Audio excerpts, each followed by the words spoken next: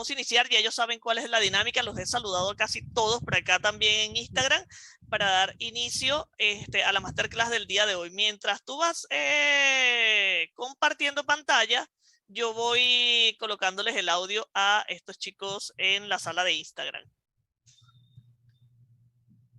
Bueno, chicos, ya Duri más o menos les explicó que digamos, el fin de nuestras masterclass es darles a ustedes como un pequeño abrebocas de lo que son nuestras clases ya cuando estamos dentro de los diplomados, más o menos cómo son las dinámicas, cuáles son los temas que estamos abordando, ¿no? Entonces, esta clase que yo les preparé es como un resumen de las clases de psicología criminal, que es el primer módulo de nuestro diplomado de psicología criminal. Así que bueno, obviamente van a quedar muchas dudas, pero les digo, esto es la introducción, vamos a ponerlo así, el prólogo de lo que son nuestros diplomados, ¿ok? Entonces, ¿por qué nosotros estamos acá? ¿No? ¿Por qué nosotros estamos en una clase de psicología criminal o por qué nos inscribimos en clases de psicopatología criminal y en toda esta búsqueda de comportamiento delictivo? Bueno, primero que nada porque en nuestra psique se presenta como una duda existencial, ¿no? Y esta duda existencial es con relación a lo que hacen otros delincuentes. Entonces, razón es una pregunta, ¿no? ¿Será que alguna vez yo voy a estar en el lugar de un delincuente? ¿Será que alguna vez yo pueda cometer un delito? Y los invito a que ahorita hagan la reflexión de, no sé, algún evento específico que ustedes hayan tenido en el que hayan sentido yo sería capaz de robar, yo sería capaz de matar a alguien, yo sería capaz de golpear a alguien, o sea, vamos a pensarlo, no es para que nos los digan, no es para que lo escriban, esto es simplemente una pregunta reflexiva. Y lo segundo es saber qué es lo que nos separa a nosotros de los delincuentes. Hay algo en lo que yo siempre he sido enfática y es que cuando nosotros conocemos casos muy cruentos, casos delictivos muy cruentos, el, el amarillismo periodístico nos dice que le pongamos nombres a estos delincuentes. Entonces nos encontramos con, por ejemplo, el monstruo de no sé cuál lugar, ¿no? El asesino monstruoso de tal, la hiena de Catepec. Bueno, entonces lo que hacen es deshumanizar al delincuente y al deshumanizar al delincuente pareciera que entonces hay una separación entre él y yo, ¿no? Entre esa persona que hizo esto y yo, y realmente no es así. Esta persona sigue siendo un ser humano, esta persona sigue teniendo instintos como nosotros, sigue teniendo mecanismos de defensa como nosotros, sigue teniendo una psique como nosotros, pero lamentablemente el amarillismo periodístico, al etiquetarlo, evidentemente se vende mejor la noticia, porque no es lo mismo leer mujer mata a sus hijos o incluso con el nombre que es mujer a través de un filicidio, pues le quita la vida a sus hijos.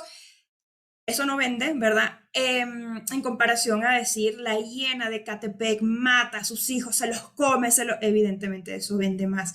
Pero en nuestro inconsciente genera esa separación de, ay, por supuesto que yo no soy así. Y realmente, pues las clases de psicología criminal con el psicólogo forense, con el criminólogo, con la psicóloga clínico, siempre nos deja un espacio en donde nosotros decimos, en efecto, yo puedo ser esa persona, ¿no? Sin embargo, no es así tan simple porque hay eventos que anteceden a la vida de una persona que hace que cometa un delito de esta forma. En la psicología criminal son muy importantes los antecedentes, ¿ok? Los antecedentes de una persona. Y de igual forma en la criminología, ¿no? Entonces, para empezar a conceptualizar, vamos a entender qué es la criminología y qué es la psicología, ¿no? Para poder entonces entender qué es lo que es una perfil criminal o una técnica de profiling, ¿no? Entonces, la criminología no es CSI, por favor, ¿ok? Es lo primero que les voy a decir, porque hay muchas personas que dicen, yo quiero ser criminólogo para ser como los de CSI, y no, ¿ok? Fíjense que de hecho CSI es una serie que tal vez en las primeras temporadas, hace añales de la vida, era como un poquito más real. Con el paso de los tiempos y de las temporadas, CSI se ha vuelto casi que pone a los criminólogos y a los perfiladores como los adivinos así de la vida, y entonces ya eso se convierte en pseudociencia y no es esto lo que nosotros queremos hablar. Entonces, un criminólogo no es lo que nos representan en CSI. Si ustedes quieren ver una serie, ¿ok? Si ustedes quieren ver una serie donde de verdad se vea lo que hace un criminólogo, un psicólogo criminal, este perfilador, véanse la serie de Mindhunter, ¿ok? La serie de Mindhunter en Netflix, basada en hechos reales, sí explica muy bien la técnica del profiling. Quiten la parte en la que el gobierno les da todo el dinero a los perfiladores y la serie es muy real, ¿ok? Porque pues obviamente sabemos que los gobiernos no dan tanto dinero para nosotros hacer estudios criminológicos, pero quitando esa parte que sí es un poco ficticia, todo lo demás que hacen los perfiladores y los psicólogos de esa serie sí se parece mucho a lo que es el trabajo de un perfilador, de un criminólogo y de un psicólogo criminal. CSI es muy ficticio, ¿ok? Entonces, ¿qué es la criminología? La criminología es el estudio, ¿ok? Del delito y de la conducta desviada. La ciencia criminológica es un campo interdisciplinario. ¿Por qué es interdisciplinario? Porque comprende, o mejor dicho, tiene la mezcla de varias ciencias sociales, ¿ok? Incluidas la sociología, la psicología, el derecho y ciencias médicas como la psiquiatría, la biología.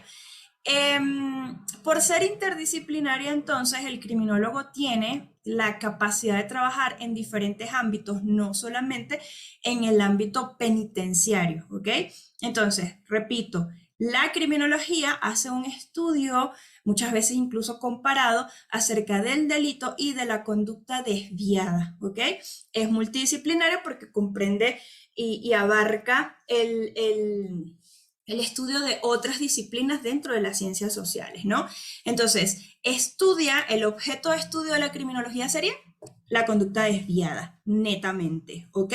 Ahora bien, ¿qué estudia la psicología? La psicología pura, ¿no?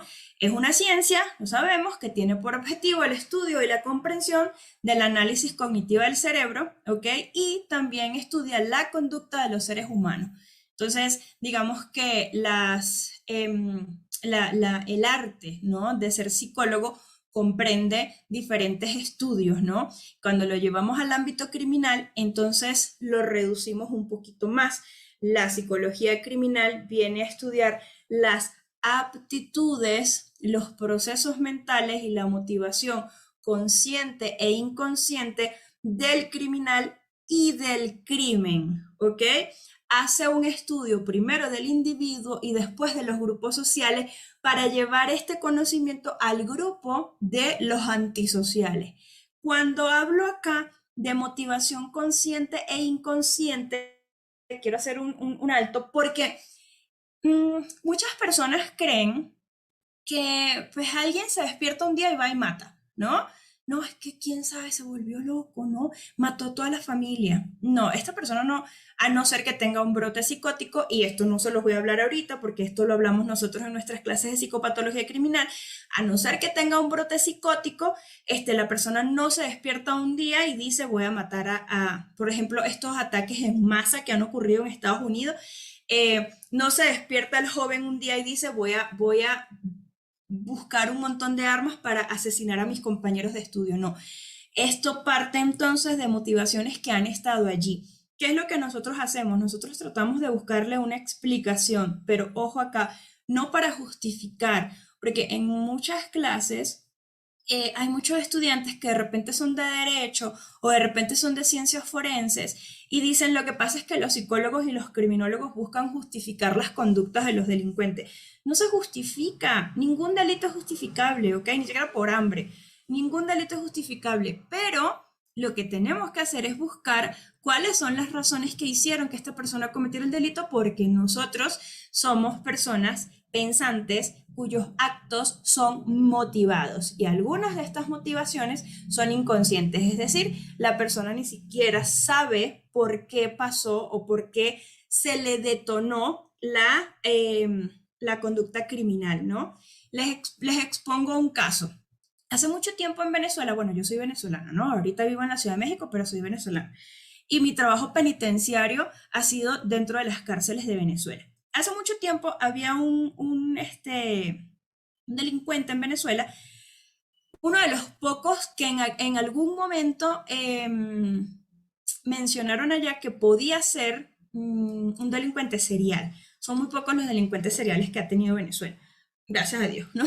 Pero bueno, se dijo, tal vez este sea un delincuente serial, ¿no? Un delincuente serial, ahorita no les voy a hacer una clase de esto, pero un delincuente serial se caracteriza porque tiene un mismo modus operandi, mismo tipo de víctima, mismo tipo de ataque, y tiene como fases en donde él reposa, se llama fase depresiva, no porque se sienta triste, sino porque se queda sin acción. Y en esta fase depresiva es donde él está fantaseando con qué voy a hacer otra vez, cuál va a ser la próxima víctima, pero todo dentro de un mismo patrón, un mismo tipo de víctima, un mismo tipo de abordaje hacia la víctima y por supuesto un mismo tipo de forma de asesinar. Entonces, esta persona tenía para el momento en el que cayó preso como 38, 40 años y había matado a 4 prostitutas de diferentes zonas de Venezuela, pero las había matado de la misma forma y el abordaje hacia estas víctimas había sido de la misma manera, ¿no? Entonces, cuando hablábamos con esta persona de por qué había cometido los delitos, él decía, es que yo no sé, algo se detonó en mí que quiso en algún momento, pues no sé, yo tenía la mujer y no pude hacer otra cosa. Entonces cuando empezamos a buscar en su vida, porque pues eso es lo que hacemos, empezamos a investigar, obviamente no se hace con una sola entrevista, son muchas entrevistas las que se hacen con los delincuentes, sobre todo si estamos tratando de delimitar qué tipo de delito cometió. Él fue abandonado por su mamá, más o menos cuando tenía como 8 años. Su papá era alcohólico y era delincuente, su mamá lo abandonó y la mamá se dedicaba a la prostitución. Entonces, en ese momento en el que él por primera vez tiene un contacto sexual con una prostituta, su inconsciente de alguna forma buscó este referente en el que hay una mujer que yo quería mucho que me abandonó y por esta mujer que me quería mucho me abandonó, yo tengo esta vida. Obviamente él sentía que su vida era una basura, ¿no? Por eso yo soy esta basura. Entonces, realmente, de forma inconsciente, no estaba matando a la prostituta, sino que a cada prostituta que él asesinó, que fueron 4, asesinaba simbólicamente a su mamá. Y yo sé que suena demasiado tirado de los pelos, ahorita no me voy a poner a explicarles como profundamente los procesos inconscientes, pero a eso se refiere la motivación inconsciente, ¿ok? La motivación inconsciente. Lo que nosotros queremos es buscar las razones. Nosotros no queremos justificar que él haya asesinado a estas prostitutas. Bueno, finalmente le dieron la pena más alta, que en Venezuela es de 30 años, y nosotros pudimos, como psicólogos que estábamos intentando elaborar un perfil de este criminal, pudimos encontrar algunas de las razones inconscientes que hicieron que de un momento a otro a él se le detonara esta rabia hacia la mamá, desplazada en la figura de estas prostitutas. Entonces, la motivación consciente, ¿cuál fue? Bueno, pues buscamos cuáles son las ganancias que está teniendo este delincuente de este delito, ¿no? Poder, esto sí lo vamos a ver ahorita, poder, venganza, sadismo, esos son los procesos conscientes. Y los inconscientes es lo que subyace. Jamás en la vida digan los procesos subconscientes, ¿ok?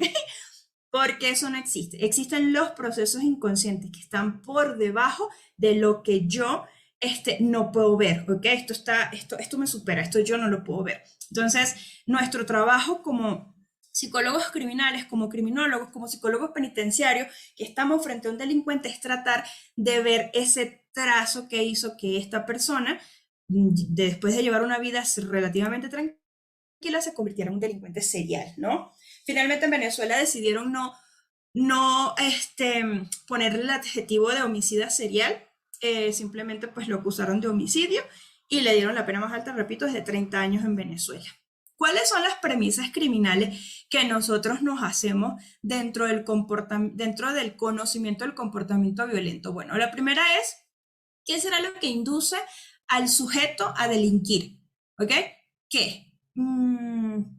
Para eso nosotros tenemos que buscar razones. Y ojo, que cuando nosotros estamos frente a un interno, frente a un preso, frente a un delincuente, nosotros no le vamos a decir, hola, ¿qué te indujo a cometer este delito? Por supuesto que no, nosotros tenemos que buscar la manera de bordear las preguntas para llegar a esto, porque a partir de qué induce a un sujeto a delinquir, nosotros podemos establecer el modus operandi, las razones, el cómo y el por qué, ¿ok?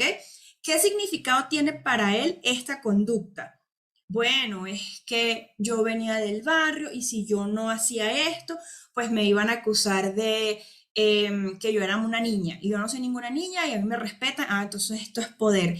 Y resulta que cuando yo robé a esta persona me dieron un cargo nuevo dentro de el grupo delictivo de mi barrio.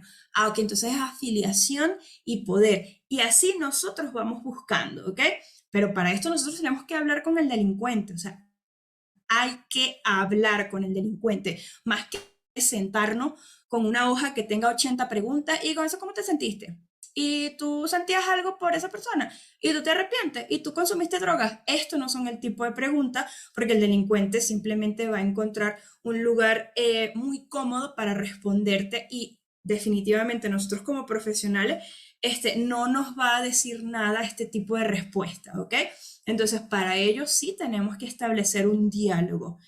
Eh, una pregunta que nos vamos a hacer nosotros con relación a los delincuentes es, ¿por qué será que la idea del castigo no le atemoriza? Y fíjense que es bien curioso, pero en Argentina ha habido reformas penales, en Venezuela ha habido reformas penales, en España hay reformas penales y se habla de cadena perpetua o se habla, bueno, en España lo más último, perdón, lo último es cadena perpetua revisada, ¿no? Es decir, tú le puedes dar una cadena perpetua a un sujeto, pero, por ejemplo, te dicen a los 30 años se va a hacer una revisión, ¿no? Y si a los 30 años la persona tiene conducta, bueno, todo lo que se habla en psicología penitenciaria, que aprovecho les digo, la psicología penitenciaria, o sea, la materia, es uno de nuestros módulos dentro del diplomado de psicología criminal. También yo doy ese módulo.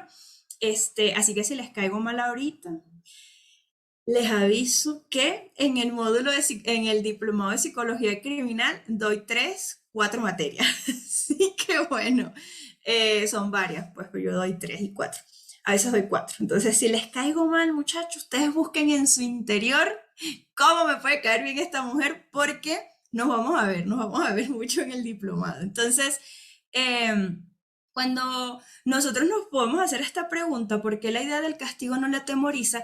Nos basamos en, bueno, pero si en las cárceles hay pena de muerte, ¿por qué no dejan de cometer delitos? Bueno, pero si en España ya se está hablando de sentencias perpetuas, ¿por qué siguen cometiendo delitos? Entonces, pareciera que no hay un castigo ejemplar que haga que la persona diga, mejor no cometo este delito porque voy a pasar toda mi vida preso, ¿no? O mejor no cometo este delito porque me pueden acusar de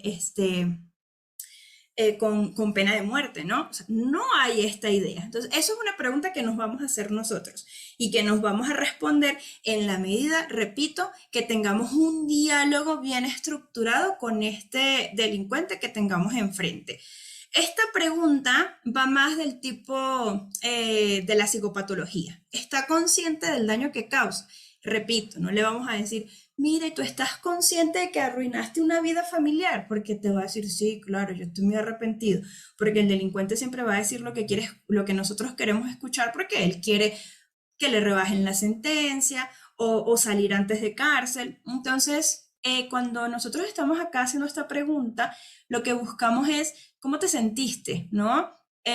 Yo entrevisté a varios sicarios, ¿no? Y uno de los sicarios que más recuerdo, cuando yo le pregunté, le dije, bueno, pero como cuántas personas tú has matado, él me quiso hacer una relación de mi trabajo con relación al de él, ¿no? Me dijo, ¿cuántos presos has evaluado tú en esta semana? Y pues, por supuesto, yo evaluaba muchos internos, ¿no? Yo no llevaba la cuenta mentalmente. Y cuando yo fui a buscar mi cuaderno para decirle cuántos presos había evaluado, me dijo, no, no quiero que veas el cuaderno, dime cuántos presos tú has evaluado esta semana. Y la verdad es que no lo sabía. Entonces me dijo, bueno, así como tu trabajo es automático y tú eres un robot evaluando, pues yo también soy un robot matando. Eso, ¿ok? Nosotros queremos llegar a ese nivel, porque ese nivel es el que nos va a decir si esta persona está o no está consciente del daño que causa. Yo les puedo decir a ustedes, con esa respuesta, este sicario estaba consciente del daño que causaba, estaba arrepentido, pensaba en la familia de estas personas a las que mató. Evidentemente no. Y fíjense que no fue una pregunta de, ¿estás consciente del daño que has causado? Entonces tenemos que buscar la forma de establecer un diálogo muy guiado, pero que nos pueda responder estas premisas que nos va a hacer a nosotros poner a este delincuente en un tipo delictivo, ¿ok? Y la última pregunta sería, ¿influye el lugar de donde este delincuente proviene o sus amistades? Miren, la psicología humanista nos dice que sí, la psicología, el psicoanálisis nos dice que sí, entonces pareciera que en efecto nosotros tenemos muchísimo de pues nuestros referentes sociales y personales que a veces influyen en nuestras decisiones, ¿no? Entonces, a nivel delictivo también tenemos que buscarlo. Fíjense que es muy curioso esto. Hay un autor que yo siempre les recomiendo a los estudiantes que lean y es Vicente Garrido Genovés. Garrido Genovés dice que él también ha trabajado con muchísimos delincuentes y sus libros son basados en sus experiencias, por eso es que es tan rico leerlo. Él dice que cuando entrevistaba delincuentes comunes, es decir, ladrones, homicidas, pero que no tenían la estructura psicopática, eran delincuentes comunes porque solo tenían el aspecto antisocial, muchos tenían esta lealtad hacia los líderes de sus bandas. Entonces él decía, si hay lealtad hacia los líderes de las bandas, si hay respeto hacia los líderes de las bandas, quiere decir que hay amor, quiere decir que hay una especie de empatía, que no es el mismo nivel de empatía de nosotros, no lo es, pero sí que tienen la capacidad. No sucede así con los psicópatas. Entonces, ¿de qué forma han influenciado a estos criminales las amistades y los lugares de donde vienen? Bueno, esa también es una de nuestras premisas a nivel criminológico y es una de las que nosotros tratamos de responder cuando estamos haciendo un perfil criminal, ¿ok? Ahora bien, ¿cómo se hace un análisis criminal? Bueno, pues primero que nada tenemos que saber que todas las investigaciones son diferentes a pesar de que la teoría es la misma, ¿ok? ¿Y por qué cada investigación es diferente? Bueno, porque cada delincuente tiene su personalidad y tiene una mentalidad diferente, independientemente de que de repente el trastorno sea el mismo. ¿Cuál es el trastorno que más se repite dentro de los delincuentes? Pues el trastorno antisocial de personalidad. Entonces, sí, todos pueden ser antisociales, pero cómo han desplazado y cómo han proyectado ellos esta conducta antisocial, cómo la han puesto afuera, ese es nuestro trabajo. Todas las investigaciones son diferentes, ¿ok? Entonces, dentro de la perfilación criminal, a mí me encanta porque de repente los que aquí no trabajen en el área criminológica van a decir, ay, bueno, pero yo, o sea, eso a mí no me sirve. Sí te sirve. Te voy a decir por qué te sirve. Yo así, no, vendiendo aquí todo. Sí, aquí damos clases de psicología criminal y clases de venta. Miren, nos sirve porque el análisis de la conducta criminal dice que nosotros vamos a buscar lo menos obvio, ¿ok? Lo que menos resalte en el delito, en la escena del crimen, en las formas delictivas, ¿ok? Entonces, en el análisis criminal, lo que se vuelve más importante es lo secundario. ¿Y por qué? Porque eso es lo profundo y allí es donde está nuestro interés, ¿no? Hay muchos casos, y les puedo recomendar, bueno, en los diplomados siempre les recomiendo que se lean casos. Hay muchos casos que se han resuelto a partir de el cabo menos obvio, ¿saben? De la razón menos obvia. Porque entonces lo más obvio es, ay, bueno, sí, él mataba a las prostitutas porque era un misógino. Sí, ok. Y él mataba a las prostitutas porque las odiaba, porque necesitaba sentir poder al violarlas. Ok, sí. Es porque era un parafílico. Ok, sí. Pero ¿qué es lo menos obvio, no? Ahí es donde nosotros nos vamos a centrar, en lo que menos resalte. Y para nosotros poder entender eso, tenemos que entonces hacer un análisis más exhaustivo de lo que nos está diciendo la persona, ir más allá, ¿no? Les cuento rapidísimo un caso del otro día, estuve en una clase con un psicólogo forense que también es perfilador criminal y él estaba evaluando a un chico que había asesinado a 2 personas y este chico empezó a decir que él estaba loco, ¿no? O sea, bueno, mejor dicho, no decía que estaba loco, pero se hacía pasar por loco, ¿ok? En el diplomado lo vamos a ver, porque existen conductas así, se llama simulación de estado mental, simulación de psicopatología, vaya, ¿no? Entonces existe la disimulación y existe la simulación dentro del conocimiento penal. Entonces esta persona estaba simulando tener esquizofrenia. Entonces decía, no, es que las voces, ¿no? Las voces de mi mente me decían, no, así no es, le decían así como, tienes que hacer esto. Y él estaba, o sea, se aprendió. O sea, imagínense que se bajó un manual de esquizofrenia y entonces él estaba allí. Entonces, claro, no es lo mismo evaluar a una persona consciente de lo que acaba de hacer a evaluar a una persona inconsciente de lo que hizo, porque cuando estamos hablando de inconsciencia estamos hablando de enfermedad mental y la mayoría de los códigos penales nos dicen que las personas que tienen enfermedad mental son inimputables, ¿ok? Y que mucho en esta inimputabilidad, pues de repente lo que hace un juez es establecer un lugar psiquiátrico para su sentencia, que sabemos que no es lo mismo estar en una cárcel que estar en un hospital psiquiátrico. Aunque bueno, en Latinoamérica yo creo que no hay mucha diferencia, pero vaya, no es lo mismo, ¿ok? Entonces, por supuesto, este chico estaba apelando a una enfermedad mental para que no le dieran una sentencia penitenciaria. Entonces, cada vez que este psicólogo iba a evaluarlo, pues incrementaba mucho más supuestamente los signos de la esquizofrenia. Y a él se le ocurrió, ¿no? Viendo al sujeto, viendo al sujeto que tenía enfrente, este delincuente, dijo, ya sé por dónde me voy a ir, ¿no? Fue un momento de él darse cuenta de que estaba yéndose por lo obvio. Fue un momento en el que él dijo, me voy a agarrar de acá. Y sí, esta persona estaba muy limpia, ¿no? O sea, a pesar de que estaba como, pues allí en estas oficinas ustedes saben, ¿no? Estas celdas que hay en algunas comisarías que son chiquitas, que hay mucha gente, estaba limpio. Y siempre buscó la forma de lavarse la cara, de estar bien. Entonces, el psicólogo forense y que también es perfilador, empezó a irse por el lado de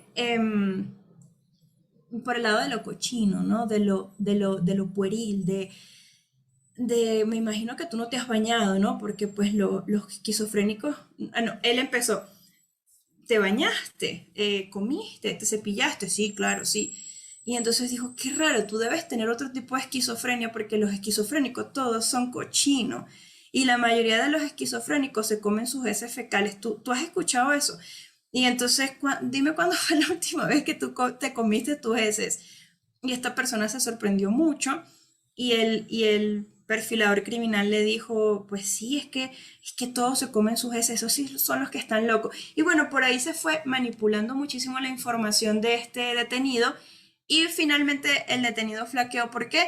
Porque era algo que no había escuchado, porque era algo que no había leído, porque obviamente es mentira, pero ¿en qué se basó este psicólogo forense para irse por allí y determinar y hacer que esta persona explotara? Pues precisamente en lo menos obvio, ¿no? En lo que nadie se había dado cuenta, y era que buscaba la forma de cepillarse, de lavarse la cara, de estar limpio. Entonces, al final, pues, como dicen los policías y los que estudian ciencia forense, pues se quebró, ¿no? Y al quebrarse, pues obviamente regresa la lucidez. Finalmente asumió los hechos, fue preso y pues obviamente fue imputable porque no estaba loco, que no estaba loco, estaba simulando. Y fue a partir de varias entrevistas que este psicólogo forense pudo dar pudo dar para que este delincuente se quebrara y asumiera. ¿Basándose en qué? En lo que es menos obvio, ¿ok? en los aspectos secundarios. Entonces, sí nos sirve lo que estamos viendo para nosotros aplicarlo a otros campos profesionales, ¿no? Incluso en la parte educativa. Ay, perdón, es que tengo suerte de que no se me ha pegado la computadora hoy. Entonces no queremos que se ponga tonta la computadora, ¿ok? No la profesora. A ver, espérenme. ¿En dónde estábamos? Estábamos aquí, ok, muy bien. Aquí.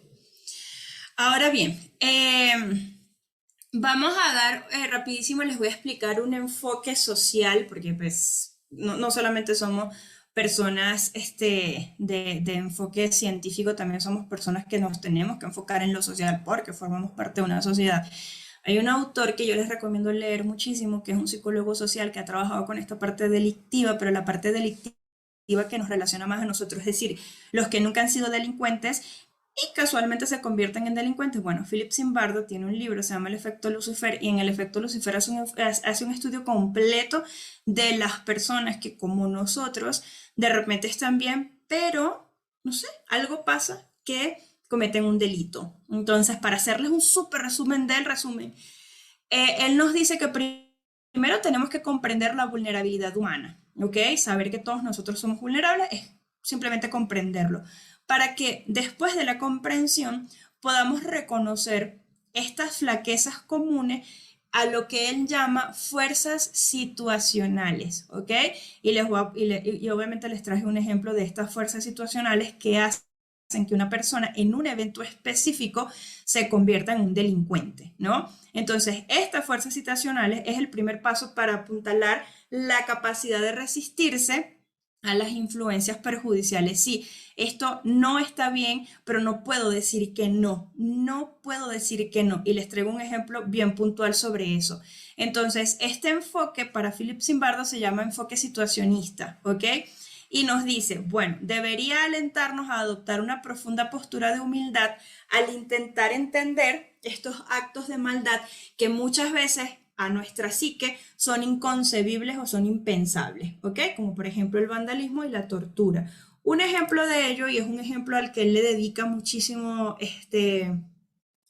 trabajo, es los casos de torturas y abusos que sufrieron los prisioneros en Abu Ghraib, más o menos por ahí por el 2004 en Irak. No sé si ustedes se acuerdan. Si ustedes ponen, chicos, Abu Ghraib en Google Imágenes, les van a aparecer las imágenes más, de verdad que para mí son imágenes terribles, y algo que les digo de una vez, yo no trabajo en mis clases con ese tipo de imágenes porque no contribuyo al amarillismo, sin embargo están en internet por si ustedes la quieren buscar. Lo único que me pareció fue esta imagen, que son pinturas, y dije, bueno, son menos fuertes, ¿no? Pero fíjense, los torturadores que eran militares de Estados Unidos, ¿ok? Se convirtieron en ese momento, en el 2004-2005, se convirtieron en un foco bastante llamativo, porque bueno, surgieron las fotos de cómo estaban tratando a los prisioneros de Irak, y sabemos que muchos eran inocentes, personas que estaban saliendo de sus trabajos, eran atrapados, llevados a estas celdas, y la verdad es que los castigos que les impusieron fueron terribles, terribles. Yo preferiría describírselos a mostrarles las imágenes, pero pues fueron muchísimos, y por eso es que les recomiendo este libro, ¿no? De Philip Zimbardo. Entonces, para él entender qué fue lo que hizo que funcionarios, ¿no?, militares de Estados Unidos que venían de familias relativamente funcionales se convirtieran en este tipo de torturadores, entonces empezó a hablar de este enfoque situacionista. Entonces, a partir de este enfoque situacionista, él nos regala, digamos, el término de benevolencia atributiva, ¿no? Entonces, él dice que cualquiera de nosotros, ¿ok?, llevado a un extremo de mucha tensión, pudiésemos convertirnos en torturadores, en algún tipo de delincuente, porque no podemos negar la fuerza de la situación, la fuerza que esta situación está teniendo en nosotros. ¿no? Entonces, a partir de allí, él hace un análisis exhaustivo social de cómo influye en este momento lo situacional, la presión. Freud lo habló hace muchísimo tiempo, ¿no? Y es cómo nos dejamos en oportunidades atravesar por la decisión de una masa, ¿no? De un grupo, cómo perdemos nuestra identidad y nuestro yo frente a un grupo, frente a situaciones verdaderas de tensión. Entonces, bueno, la benevolencia atributiva tiene que ver con, ok, esta persona nunca fue delincuente, pero en este momento fue un delincuente, vamos a ver qué fue lo que ocasionó que esta persona se convirtiera en un torturador, entendiendo que cualquiera de nosotros en una situación como esta se pudiese convertir en alguien así. Para ello, Zimbardo trabajó con algo que de hecho se pueden buscar la película, se llama el experimento de Stanford, de hecho, se llama, y él entonces escogió a un grupo de estudiantes de Stanford para establecer roles, se inventó una suerte de cárcel, agarró a 18, 16 chicos, no recuerdo exactamente la cantidad, y les dio roles. Un grupo iba a ser preso y un grupo iban a ser funcionarios. Y les dio 3 reglas: no se pueden matar, no pueden hacer tal cosa y no pueden hacer tal cosa. Del resto, pues ustedes verán cómo se hace. Entonces los presos eran tratados como presos, los funcionarios eran funcionarios, y si ustedes ven la película o se leen completo el experimento, se van a dar cuenta cómo la psique de estas personas supuestamente normales tiene el poder, la frustración, el desgaste físico, el desgaste psíquico, y cómo alguien que jamás había golpeado a otra persona termina disparándole a otro. Y cómo alguien que siempre había tenido una conducta intachable termina incluso masturbándose frente a los demás. O sea, una cosa terrible. Esa parte me parece muy perversa de este psicólogo, o sea, hacer un experimento de esta forma, porque las personas de verdad lo sufrieron. Parece muy perverso, pero bueno, mira, todo en nombre de la ciencia, ¿no? Entonces, bueno, léanse ese experimento, se llama así, y es como esto, precisamente, para tratar de emular lo que pasó en Abu Ghraib y para tratar de entender que el ser humano, frente a fuerzas situacionales que lo superan, actúa de forma cruenta, actúa de forma perversa, ¿ok? Continúa acá, pero bueno, este es el enfoque social, ¿ok? Esto yo se los pongo ahí de extra porque a mí me gusta el enfoque, a mí me gusta mucho el enfoque social y es interesante, ¿no? Pero bueno, vamos entonces ya con el enfoque ya como tal criminológico, ¿no? ¿Qué es un perfil psicológico? Bueno, un perfil psicológico incluye las características básicas de un individuo que necesitamos para nosotros hacer un acercamiento a su personalidad, ¿ok? Pero fíjense la diferencia. Un perfil psicológico se le puede realizar a cualquier persona a partir de la petición de otros, ¿no? Entonces se puede hacer un perfil psicológico para trabajar en una empresa, para un cargo público, para estar en una universidad y estudiar X carrera. Y lo que hacemos es precisamente un conteo de las características y los rasgos más elementales de esta persona para saber si la persona puede o no puede. Lo que hacemos es una proyección, ¿no? De personalidad basado en una petición. Oye, esta persona, ¿será que puede ser gerente de operaciones de esta empresa? Entonces, bueno, para eso tenemos evaluaciones, entrevistas y establecemos un perfil psicológico. Digamos que un perfil psicológico se puede hacer a cualquier persona, sin que haya cometido un delito, ¿no? Ahora, la diferencia con el perfil criminal, y lo van a encontrar como perfil criminal o criminológico o técnica del profiling, son los nombres, es una disciplina, ¿ok? Inmersa dentro de las ciencias forenses que se ocupa de analizar, fíjense, las huellas del comportamiento en una escena del crimen con objeto de proveer información útil a la policía para poder capturar a un delincuente que hasta ese momento es desconocido. No sabemos por qué está actuando, no sabemos cuál es su intención, no sabemos si va a volver a actuar. Entonces es cuando la técnica del profiling hace su aparición, ¿ok? ¿Para qué? Para ayudar a la captura. En este caso, si estamos hablando, por ejemplo, de un violador serial, de un homicida serial, pues evidentemente la función es que no vuelva a cometer otro delito, ¿no? Y el perfil criminal entonces, como vemos, solo se le realiza a los delincuentes, muy distinto a un perfil psicológico, ¿ok? Entonces, ¿qué viene siendo un perfil criminal? Primero que nada es una hipótesis, ¿ok? Es una hipótesis sobre la personalidad, ¿ok? La personalidad, todo lo que involucra personalidad. Las características demográficas como edad, sexo, raza, nivel socioeconómico, etcétera, de una persona y el estilo de vida que lleva una persona que pudiese ser el posible autor de un crimen, ¿ok? Entonces es una hipótesis que se elabora a partir de todas estas características. Por sí solo, el perfil criminal no es capaz de señalar a un delincuente, ¿ok? Pero contribuye a que dentro de una investigación delictiva, ¿ok? Se reduzcan los márgenes de búsqueda, ¿ok? Y los perfiladores se basan en el principio Lockhart que dice, fíjense, y esto me parece súper interesante, ¿ok? Lockhart dice, es imposible que un criminal actúe especialmente, ¿ok? Especialmente en la atención de una acción criminal sin dejar rastros de su presencia, ¿ok? En una escena criminal, en un acto criminal, hay muchísima tensión. Que no me atrapen, que hacerlo bien, no gritar, o sea, lo que sea, ¿no? Dependiendo del delito, hay muchísimas formas de que te puedas tensionar. Entonces, es imposible que ante un evento de tanta tensión no deje una huella de su presencia, ¿no? Entonces, de esta manera, ¿ok? Lo que hacen los perfiladores entonces es tomar como objeto de estudio las huellas o los rastros del comportamiento o físico que deja el criminal en esta escena.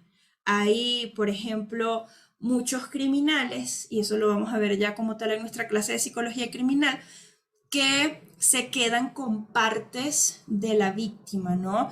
Con un mechón de cabello, con una prenda de ropa, que dejan algo en la escena del crimen, es decir, dejó una mancha de sangre o dejó una palabra o de algo y allí es donde está esa presencia y es el rastro que va a dejar el delincuente, a veces no lo deja, ¿no? Pero eso es entonces en donde se va a enfocar el perfilador para establecer quién fue el autor de este delito, ¿no? De esta masacre o de lo que sea.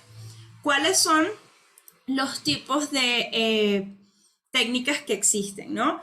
Fíjense, yo acá les pongo otra preguntita, ¿no? Todo lo que nosotros hacemos tiene nuestra huella o nuestro sello personal, ¿cierto o falso? Yo lo sé, porque tengo muchos años dando clase, tengo muchos años también yendo a terapia y sé lo que es mi huella particular, ¿no? No se los voy a decir, ustedes me la van a decir en alguna clase del diploma, decían, ah, tu huella es tal cosita, bueno, ahí está.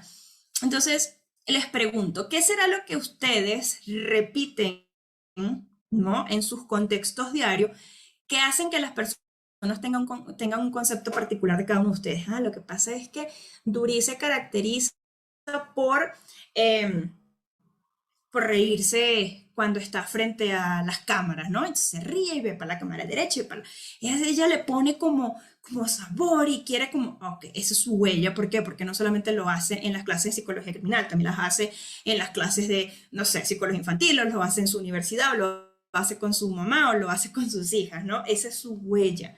Eso es de ella y ella se lo imprime a los diferentes contextos en donde se desarrolla. Bueno, así somos nosotros, ¿no? Entonces, ¿qué particularidad tienen ustedes, ok? Que se convierte en esa firma, en ese sello personal. Bueno, ustedes lo tienen, yo lo tengo, obviamente los delincuentes lo tienen. Entonces, por eso el delincuente no es una persona, el monstruo, el más allá del más allá, no, no es el más allá del más allá, es un ser humano que tiene una huella, que tiene una característica específica y que siempre va a hacer las cosas referidas a cómo es su personalidad. Chicos, hay una película que yo les recomiendo así súper, súper que vean. Se llama El secreto de sus ojos. Es argentina. Y en El secreto de sus ojos hay un delincuente, violador, en fin, en fin. Y cuando lo están tratando de capturar, se dan cuenta de esto que yo les estoy explicando, de estas huellas, de este sello particular que tiene este delincuente, que es una tontería al parecer, y que resulta que a partir de esa tontería lo encuentran. Por favor, ¿ok? Véanse esa película y revisen, ¿no? ¿Qué es lo que yo más repito que se convierte en mi sello? Así también trabaja el delincuente. Entonces, a partir de estos tres métodos, lo que hace el perfilador criminal es encontrar esa huellita, ese sello personal. Entonces, son tres los tipos de técnicas que tenemos dentro de la perfilación criminal. Tenemos el método inductivo o perfil de agresores conocidos, tenemos el método deductivo o agresores desconocidos, y tenemos el perfil geográfico. Acá les pongo una definición de cada uno por si le quieren tomar una fotico. El método inductivo, acá se traza el perfil del delincuente a partir de características conductuales y demográficas compartidas por otros criminales estudiados en el pasado, ¿ok? Y que este comportamiento de estos delincuentes pasados encajan con el mismo patrón de conducta que está teniendo este delincuente que estamos evaluando, ¿ok? O que se está persiguiendo. Este es el método inductivo. A partir del conocimiento y del estudio de otros delincuentes que han cometido el mismo delito, el mismo modus operandi, la misma forma o el mismo modo de abordaje a la víctima, se hace entonces una perfilación. Inductivo se llama. El método deductivo se realiza después de hacer un análisis exhaustivo de la escena del crimen, ¿ok? Y fíjense, de la victimología, que por cierto a mí me encanta la victimología, ¿no? El estudio, vaya, de la victimología, porque a veces, les digo, estudiar a la víctima nos va a decir mucho más del delincuente que el propio delincuente. Y ahí se los dejo, porque para el diplomado de psicología criminal viene una clasecita de victimología, que está, pero miren, no es porque la vaya a dar yo, pero está de un buena. Bueno, entonces, la victimología es una ciencia que todavía no le han encontrado, perdón, es un estudio que todavía no le han encontrado como, a lo mejor es de ciencias forenses, a lo mejor es de psicología criminal, a lo mejor es criminología. Ay, no me importa dónde encaje hasta ahora, porque ustedes saben cómo son los teóricos. A mí lo que me importa es que cuando muchas veces se estudia a la víctima, se obtiene mucho más conocimiento del delincuente. Y fíjense que es tan curioso esto, muchachos. Es increíble cómo las clases de psicología criminal se llenan, las clases de análisis de Ted Bundy se llenan, análisis de Ed Kemper se llenan, pero cuando vamos a hablar de las víctimas de Ted Bundy, de Jeffrey Dahmer, de Aileen Wuornos, de todos estos delincuentes seriales, pues no, la serie es como de, o sea, porque lo que queremos saber es del delincuente, y esas son las que se hacen famosas, lamentablemente. Entonces yo siento, desde el punto de vista humano, porque no puedo perder mi parte humanista, yo siento que hasta estudiar a las víctimas de estos delincuentes tan cruentos de nuestra historia es hasta una forma de reivindicarnos con ellas, ¿no? Con las víctimas. Porque se hacen muchos estudios dígame, Netflix está llena de series de Ted Bundy, hasta una película ficticia con Zac Efron hicieron, ¿no? Porque vende muchísimo Ted Bundy, pero ¿y las víctimas? Porque no hay una serie que hable de las 40 mujeres asesinadas de Ted Bundy, cada una de ellas, qué hacía, cómo era su vida. No la hay, porque no llama la atención. Entonces yo creo que la victimología hasta reivindica a las víctimas, ¿no? Entonces, bueno, estudiando muchas veces a la víctima, nosotros podemos extraer muchísimos datos puntuales del delincuente. Entonces, el método deductivo hace un análisis exhaustivo de la escena del crimen, estudia a la víctima, ¿ok? Y por supuesto, analiza los datos proporcionados por la policía científica. De esta forma, entonces, deduce las características psicológicas y conductuales de este criminal. Y la última es el método geográfico. El método geográfico trata de relacionar la ubicación de la escena del crimen con el lugar de residencia del autor, ¿ok? Basándose en la idea de que los agresores actúan en un mismo lugar, ¿ok? Y que este lugar tiene un significado personal para ellos, o sea, lo que sea, ¿no? Entonces, lo que pasa es que ahí creció, lo que pasa es que ese fue su primer delito, entonces siempre vuelve al lugar donde cometió el delito. Hay algo que dicen los perfiladores y es que el delincuente siempre regresa al sitio, y me parece muy interesante porque muchas veces el delincuente regresa al sitio por narcisismo, para saber si no lo han encontrado. Resulta que al regresar lo atrapan. Y entonces como la paradoja del narcisista, ¿no? Tratando de huir, regresa para admirar lo que hizo y allí lo atrapan. Esto es maravilloso y esto es dentro del perfil geográfico, ¿no? ¿Cuáles son las aplicaciones de los perfiles criminales? Fíjense que no solamente se hace dentro de los contextos de escenas del crimen, de casos cruentos, ¿no? Sino que también se puede hacer en otros escenarios. Entonces, sí, perfil criminal se puede aplicar a los crímenes violentos y seriales. Se hacen para identificar a un autor de delito específico y eliminar otros sospechosos, ¿ok? Se hacen técnicas investigativas con base en la investigación del tipo criminal. También se hace para provocar al agresor a través de los medios de comunicación. Les explico rapidito el caso de Edmund Kemper, es bien curioso porque Edmund Kemper también fue un asesino serial de Estados Unidos. Él era conocido como el asesino de las colegialas y resulta que él estuvo como un mes, un lapso de 3 meses, pero el último mes fue donde más atacó a colegialas de universitarias y de preparatoria. Y resulta que durante más o menos una semana los diarios y la radio no estaba hablando mucho de él, ¿no? Y se sintió tan mal de que no estuviesen hablando mal de él que llamó, se sentó un día como 3 horas a escuchar diferentes emisoras radiales y en ninguna hablaban de él. Y entonces se sintió tan mal de que no estuviesen hablando de él que él llamó por teléfono a un programa de radio y dijo, ¿por qué no están hablando del asesino de las colegialas? No, pues que ya no estamos hablando de eso. Bueno, pues acabo de matar a una porque yo soy el asesino de las colegialas, no es posible que no le presten atención.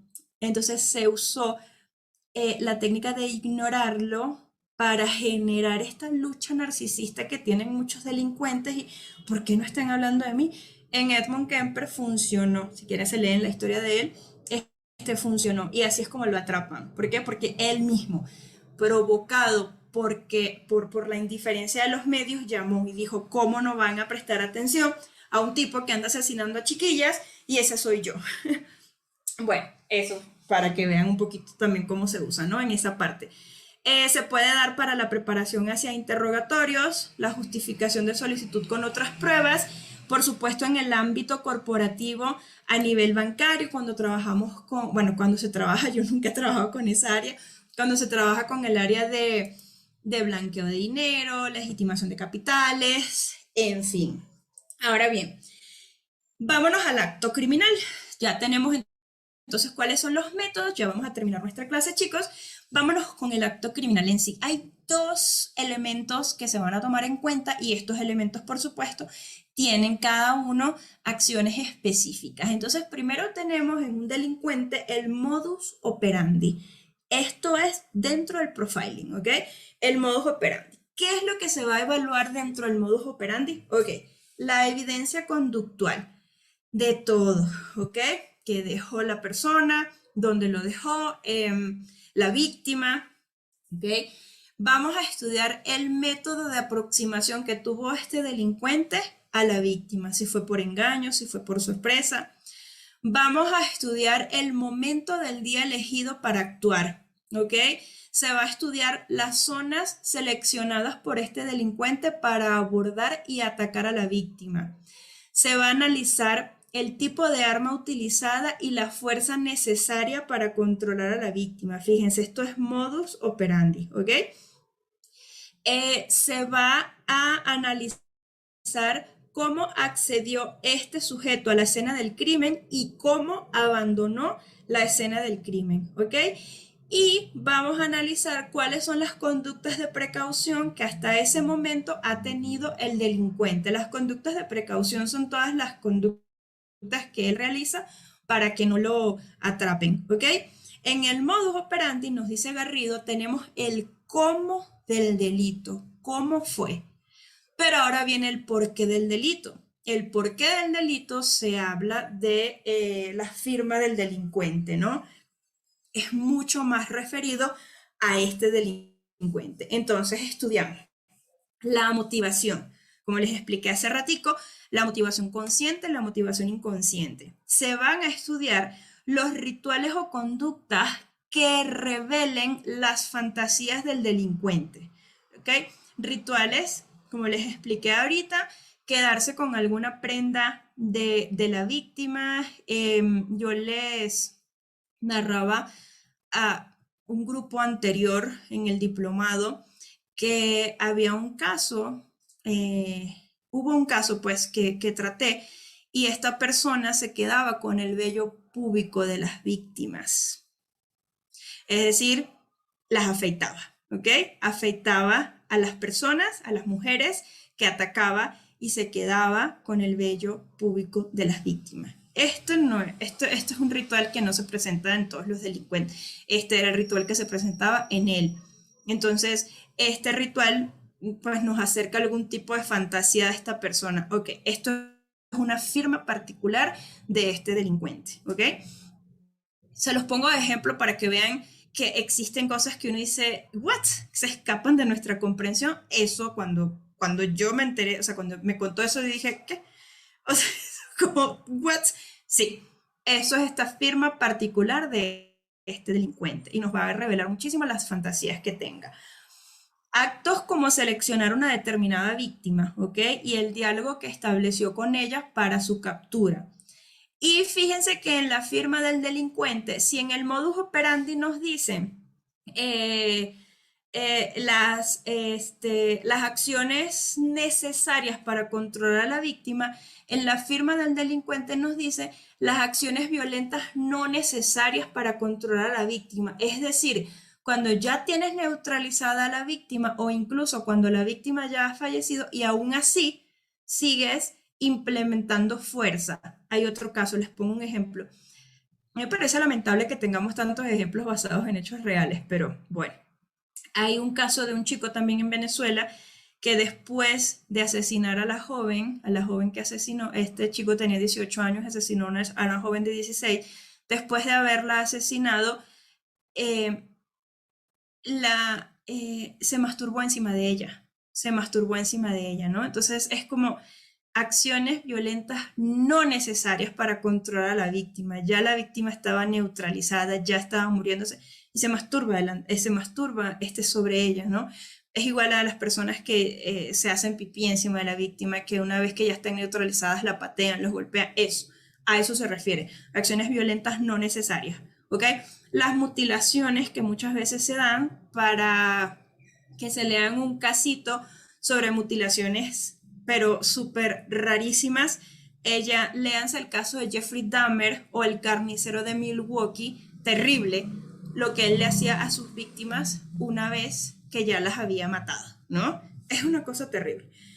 Incluso en internet hay imágenes de cómo él dejaba a sus víctimas porque les tomaba fotos.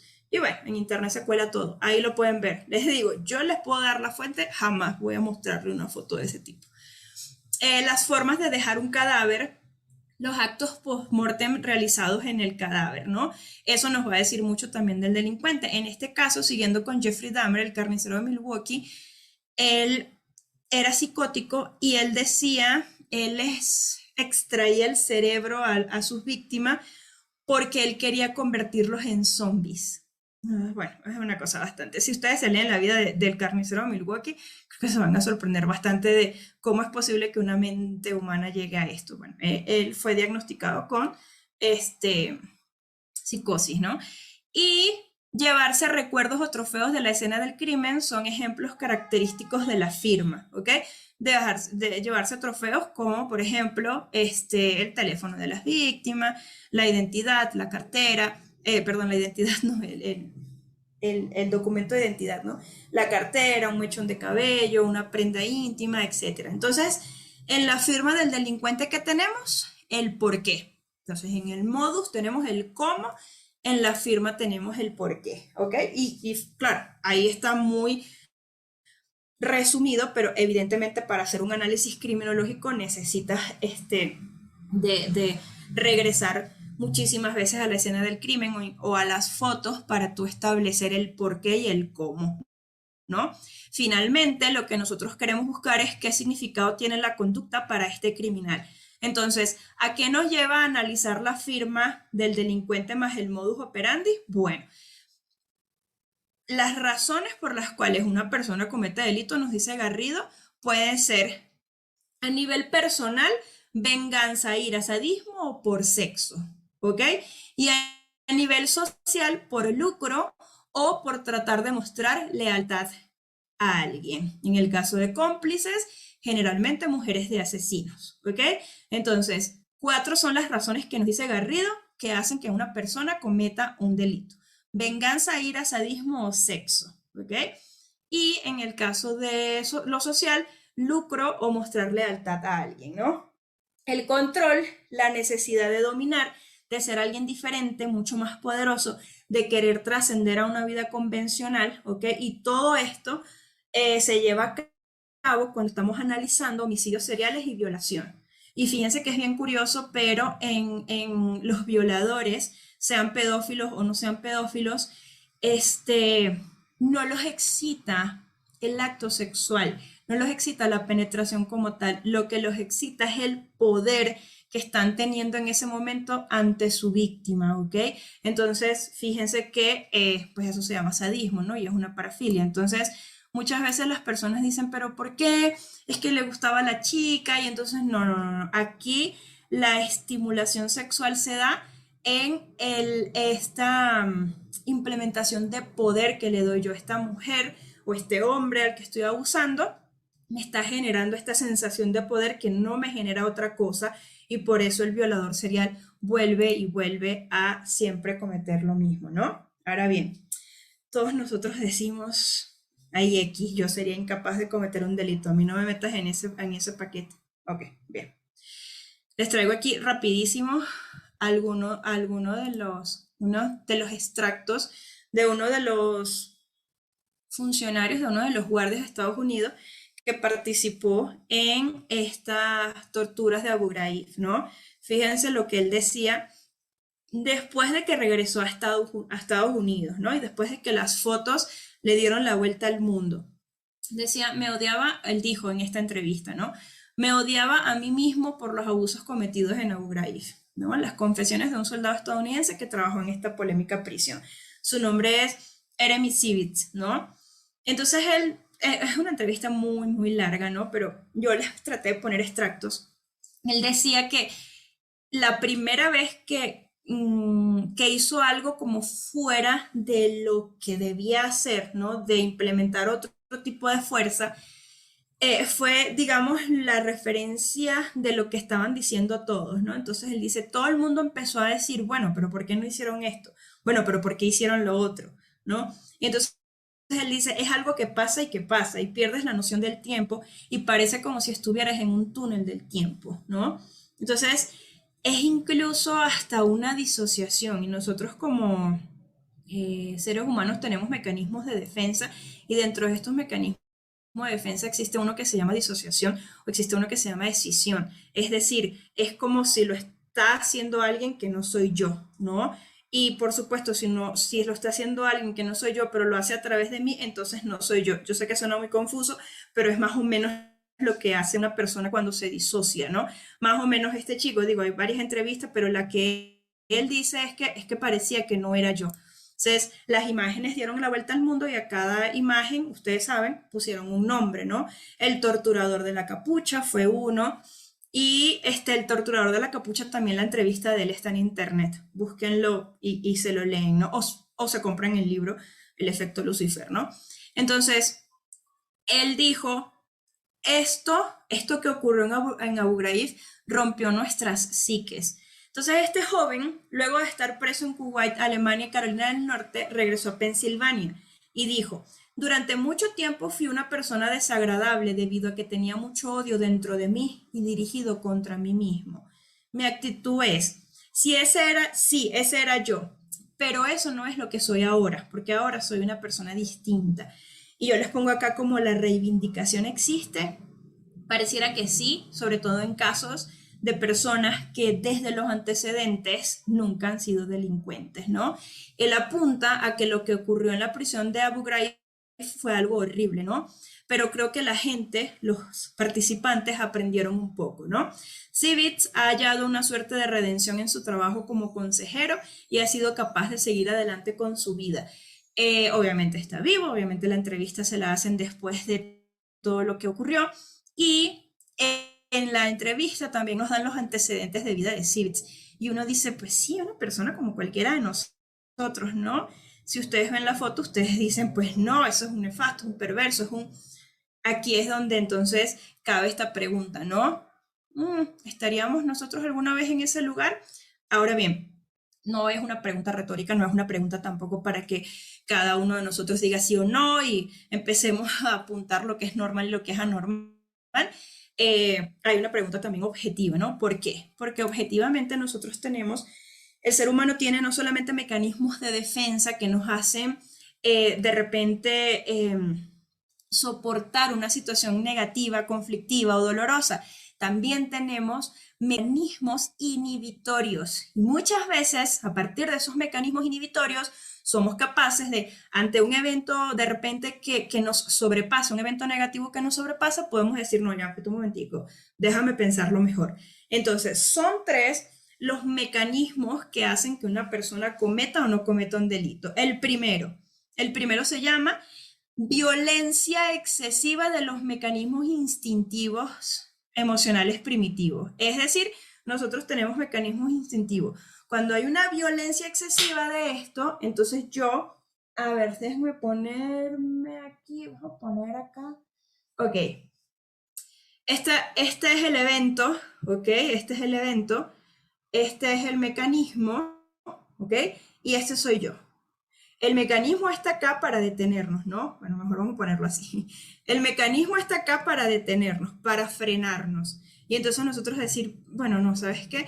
Les pongo un ejemplo como súper puntual. Cuando nos vamos a estacionar a un lugar, de repente estamos dando una, dos, tres vuelticas porque estamos esperando que se desocupe un lugar y viene un carro y se mete, ¿no? Y como de coño, pero yo tengo 7 horas tratando de estacionarme, este hijo de la...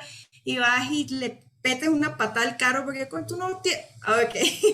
¿Qué hace que una persona se pare y le meta una patada al carro y qué hace que de repente uno diga, ay, ni modo, voy a tener que seguir buscando esto, el mecanismo inhibitorio, el mecanismo primitivo, ¿ok?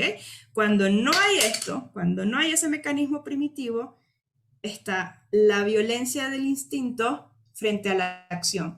Entonces dice, es que yo no lo pude evitar, de verdad, que cuando ese tipo se me metió y yo tenía 3 horas tratando de estacionarme, yo no lo pude evitar, yo lo choqué y ni modo, aquí estoy pagando mi carro, yo no pude. Es lo mismo de cuando tiramos una taza a la pared, es lo mismo cuando ustedes por favor no lo hagan, estén peleando con sus parejas y le destruyen el teléfono, no lo hagan, por favor, es exactamente lo mismo. No lo pude evitar, sería el discurso en ese momento, ¿ok?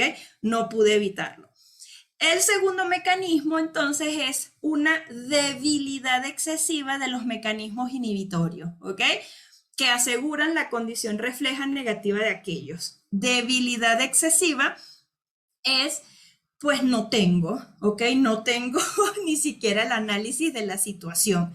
Mis mecanismos inhibitorios están súper débiles y entonces yo voy y lo hago y si se me vuelve a atravesar lo vuelvo a hacer y cuál es el problema y te pego y te pateo el carro y cuál es el problema, a mí nadie me va a venir a decir lo que tengo que hacer, a mí nadie me va... Eso es.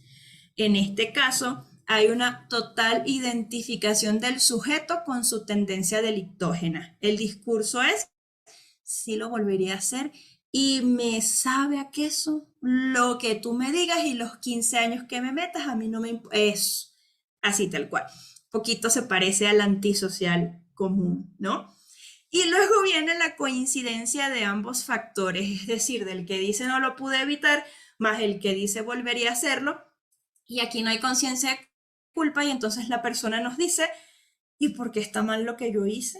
Chale, cuando venga alguien y nos diga, ¿por qué está mal? Y nosotros estemos tratando con un psicópata, un homicida, un violador, olvídenlo, muchachos, olvídenlo, ¿ok? Ustedes quédense con ese caso para investigar, no porque ustedes consideren que vaya a cambiar, porque no cambian, ¿ok?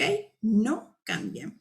Y bueno, estos son un poco los mecanismos que hacen, grosso modo, porque pues obviamente es mucho más amplio, pero grosso modo es esto, que nosotros no cometamos delito, ¿ok? Entonces, bueno, pues chicos, me extendí un poco, pero muchísimas gracias por su atención. A los que se inscriban en el diplomado, pues nos veremos allá. A los que no, pues igual nos estamos viendo pues por el camino de las redes sociales. por ahí me encuentran. Y bueno, muchas gracias, Duri, te doy la palabra. Espero que hayan entendido la explicación, que hayan disfrutado tanto a Sol como la disfruto yo cada vez que tengo la oportunidad de conversar, y no solamente en las clases, sino son los raticos que tenemos para conversar, para aprender de ella, porque muchos dirán, pero tan joven, fíjense ustedes, tan joven, y ustedes no tienen También tengo buena genética, tengo buena... no tienen idea del conocimiento, de cómo se disfrutan las clases, cómo proyecta el conocimiento. Porque mire, todo lo que se dice acá, como lo dice ella, todo eso está en internet. Ustedes pueden googlear, ustedes pueden buscar en YouTube, pueden buscar en un canal. Pero la forma con la que nosotros buscamos que cada especialista, ¿verdad?, esté aquí, que nosotros les ayudemos a ustedes a compartir esa información, de verdad que eso, ni el precio, ni el tiempo, ni el cariño con el que se hacen estas actividades. Sol, necesitamos que te despidas porque hay muchas preguntas y ya nuestros administradores de grupo les van a abrir esos grupos de WhatsApp. Bueno, chicos, muchísimas gracias. Como les dije, pues obviamente la clase era corta, hasta me extendí un poquito más, pero bueno, las clases en el diplomado son un poco más extensas precisamente porque la psicología criminal es muy amplia, ¿no? Y nosotros lo que estamos tratando es de, en cada diplomado, de actualizar y reactualizar las clases en función también de las dudas que han tenido en otros diplomados. Ay, como que la sacó el sistema. Sacó el sistema, te di audio. Ya, Ahora sí. me sacó, pero entonces nada, solamente les decía eso, que por ejemplo en el curso pasado nos dimos cuenta como de que era importante hablar de victimología y para este hay un módulo específicamente de la victimología para no dejarlo solo como un espacio chiquito dentro de una clase, no, para darle un poquito más de función. Entonces eso es lo que nosotros tratamos de hacer. Muchas gracias a todos los participantes. Y bueno, ya de toda la parte de logística, pues Duris les explicó, ya ustedes harán lo que les convenga a nivel académico. Y bueno, muchas gracias por participar, muchachos. Síganos a todos en nuestras redes sociales, compartan, ya saben, la vida Arroba Melendísima, el de Sol, arroba Melendísima, lo pueden buscar por ahí, o Sol Meléndez, lo van a encontrar. Así que eso es correcto, Sol, te queremos, te enviamos muchos besitos, gracias por tu gatico que lo vimos también por ahí robando cámara. Después se van a enterar quién es el gato que aparece en la cámara de Sol. Gracias, Sol, una vez más, estamos en contacto, me debes algo, nos vemos por el interno. Bye, cuídense mucho. Chao para todos, feliz noche.